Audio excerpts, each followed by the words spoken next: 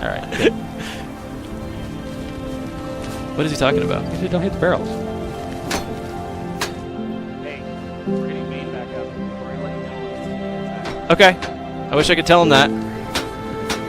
He said don't hit the barrels. I don't know why he said that.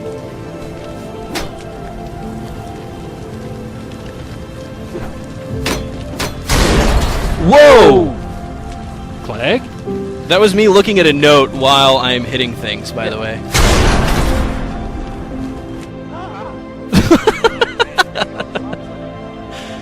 let's just leave Clegg. No, come on.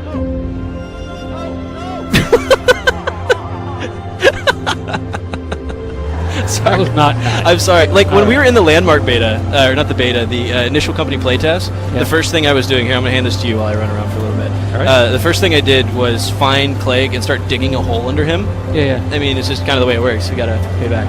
What were you saying, though? I was just saying the world is really big. It takes a long time to get across it. So obviously I'm going to be talking a lot in this video, pretty much to explain to you what you're seeing and some opinions of what I've saw. So I don't want to take too many takes on this because I know there's going to be a lot of information I'm telling you guys, and the moment I mess up or I misspeak a word, I'm going to want to stop the recording and pretty much take another take. So I don't want to have to do that, so this is all just going to be one take. If I start getting my words jumbled up, I will stop real quick and then just continue going. So H1Z1 is a mixture between DayZ and Rust. I've been really excited for this game for about the past couple of weeks now, ever since I heard about it and just started learning a little bit about it. They showed some little, pretty much some like little gameplay of it earlier. Now this is gameplay from a live stream that they did the other night. I had no idea that they did it. This is also from Frankie on PC's gameplay that he did, and he pretty much cut down parts from the live stream because it was like an hour and 10-minute live stream, and he condensed it all into like an 8-minute video. So in those 8 minutes, you're going to be seeing a lot of cool things, and so pretty much I'm going to start talking about it right off the bat.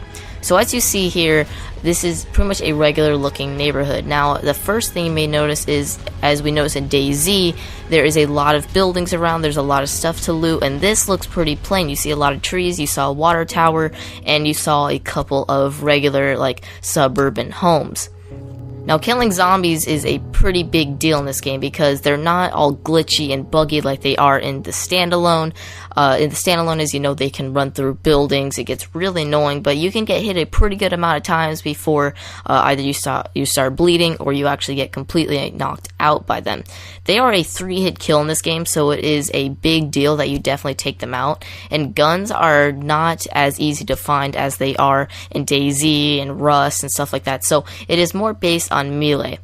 Right here you can see it is pretty much becoming nighttime, and the nighttime in this game is actually pretty cool. The torch feature looks really good, and about 20 seconds from now you're going to see he actually lights someone on fire. A big thing in this game is being friendly. Now, you don't have to be friendly, but the gestures and stuff is a pretty big deal. He couldn't talk to people in here. I guess his mic wasn't really working in this, so he was using gestures. They were really showing it off. As you can see, the fire reflects in the window, which is pretty cool. And as you see here, he's about to set him on fire. But I'm really excited about this game because it looks really good, and I just have really strong feeling that it'll take a step up from all these survival games. DayZ and Rust, you know, they're pretty much becoming the same thing. Rust was a little bit different, build your own stuff, and this actually, that same thing is implemented in this game. You can build your own bases, which is really cool because I think it's really cool the fact that you get to drive down a road and then on the side you'll see a group of people building a foundation. Now it's your choice. You could either befriend them or completely, you know, raid them and take over their base. Now, as you see here, they're showing off the first gun, and real quick, the game is actually going to be free to play, and it should be available to play for everyone in about 4 weeks from now. Early access, of course, will be available, I think, within about 2 weeks, and that will cost $20. Now, obviously, you may think, oh, I don't want to spend $20 if I'm just getting early access. I want to show this game off as much as possible. I may go in for it, try to get that early access stuff going on, but I'm not quite so sure. I'll see how possibly some gameplay is, but I really want to start a series on this thing because the game looks really fun. Now, another thing is, This game, they said, is not a twitch shooter, and by that I mean it doesn't take a whole bunch of skill. You're not constantly in gun-to-gun combat, which is a good thing, because DayZ is pretty much, if you see someone first, you start shooting at them first, you are pretty much guaranteed to win that gunfight. Obviously, if the person can get to cover, they can find out your position, then you could also have a chance of winning. But it is really nice to see that a survival game doesn't always have to focus on just shooting and killing people. You actually have to get your hands dirty and get in that melee combat. Now, what you're seeing here is the developer console. Now, I'm not entirely sure on this, but I don't think this is the final crafting thing. We'll have to see when the game actually comes out. So the developer console pretty much just allows them to spawn in anything that they want. So in this instance, they spawned in a shelter, which is basically just like a little shed. Now, you can obviously build something bigger than this, otherwise this game wouldn't be the best foundation, surviving in a tiny little shed.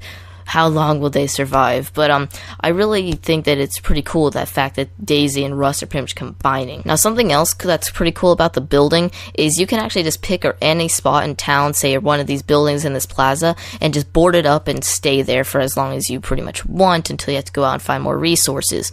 Now, that's pretty cool, because as you know, in DayZ, you cannot just go up to a building, get some board, and wood it up. There are certain DayZ mod, like in the Arma 2 mod, that allows you to actually build stuff and resources like that. But as you know, in Rust, you can actually go out, find wood, build a foundation, survive there, find resources, and that's why I'm pretty excited about it, because since it's a mixture between DayZ and Rust, you can go out, pick a spot, and board it up and live there for a little while. So now that's about it for the gameplay, so I hope you all did enjoy the H1Z1 gameplay. This game should be available within about 4 weeks, and early access should be available in about 2 weeks. So, with that being said, thank you all so much for watching. Until next time, I will see you all later.